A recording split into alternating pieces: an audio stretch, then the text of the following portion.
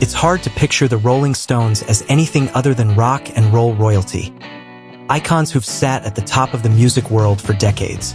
With a career built on a catalog of legendary songs, they helped define the sound and swagger of rock music. But behind the myth lies a lesser-remembered origin story. A group of young rebels hammering out blues covers on small stages in London during the early 1960s. The idea for the Rolling Stones was first brought to life by Brian Jones in 1962, fueled by a shared love for the gritty blues of artists like Howlin and Muddy Waters. In their formative years, the band worked the local blues scene in London, gradually building a devoted, if modest, fan base.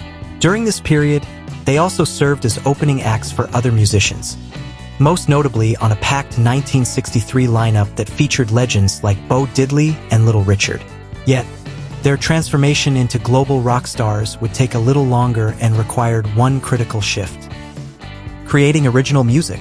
At the time, most pop hits were written by professional songwriters rather than the artists themselves. That trend began to shift thanks to the influence of John Lennon and Paul McCartney.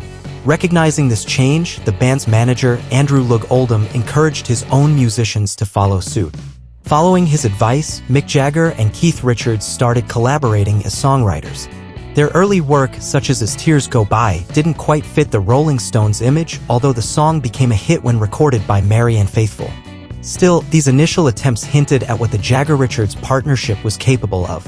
Their true breakthrough came in February 1965 with the release of The Last Time, their first original song to be issued as an A-side. The track became their third UK #1 single and marked a turning point in the band's creative evolution. It was this song that helped shape their identity as raw, rebellious voices in rock, and laid the foundation for what was to come.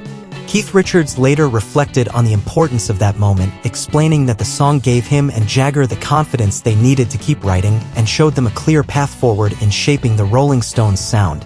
It was, in his view, the start of something far greater.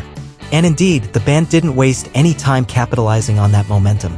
Their next release, I Can't Get No Satisfaction, became a massive hit and one of the most iconic rock songs of the era. Still, it was The Last Time that opened the door.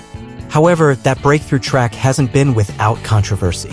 Despite earning Jagger and Richards significant royalties, The Last Time draws heavily from a traditional gospel song, This May Be the Last Time, popularized by the Staple Singers in 1954.